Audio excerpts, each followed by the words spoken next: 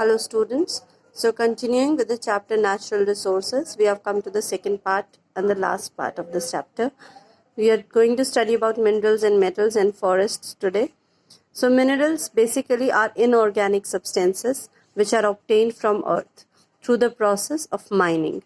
So when coal mining or iron mining is done, then these minerals are found from the earth like coal, iron, gold, copper, silver, diamond, platinum. These are the examples. They are non-renewable natural resources. We have discussed the meaning of non-renewable resources. Means once exhausted, they takes millions of years to renew themselves.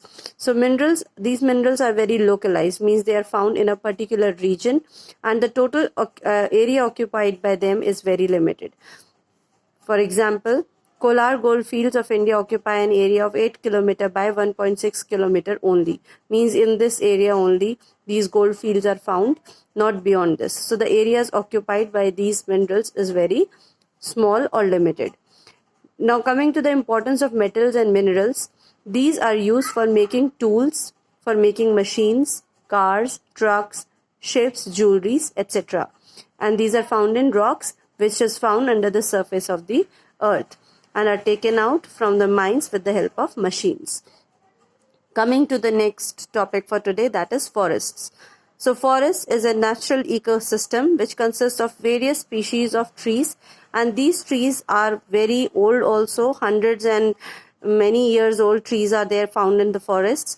And in our country, forests are found in a very large area, and all over the world 1/3 of the world's land surface is covered by forests. In our country it's 22.7.4% of land.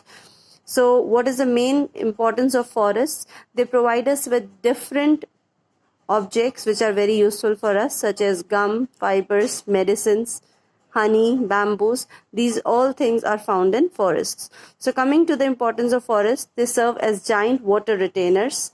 Means whenever there are rainfalls, the forest, they retain water.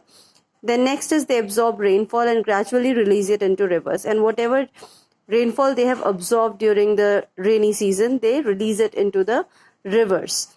And next is they help in preventing soil from being eroded. Means they prevent soil erosion because the roots of the trees in the forest, they hold the soil together.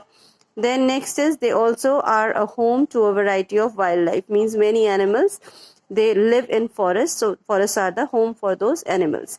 Next topic for today is fuels. Fuels play a very important role in our day-to-day life. Even in kitchen, your mother uses LPG, right? So that is also a fuel. So coming to the types of fuel, there are two types of fuel, exhaustible and inexhaustible. Exhaustible fuel includes firewood and fossil fuels, whereas inexhaustible includes solar, tidal, wind energy. Means inexhaustible means they can be renewed again and again. They can be used again and again. They are not exhausted. But these types of fuels such as firewood and fossil fuels, they are easily and very quickly exhausted. So coming to the meaning of firewood, which is an exhaustible fuel. Firewood is the wood that we get from cutting of trees, and we use that for our daily purposes. In villages, this wood is used for cooking also, and it is a cheap form which can be used in the daily life of people. Then coming to fossil fuels. Fossil fuels are coal, petroleum, natural gas. These are very extensively used fuels and they are obtained from underground. Alright, means under the earth crust they are found, and under the sea, and also the seabed exploration. Coming to the uses of fuel.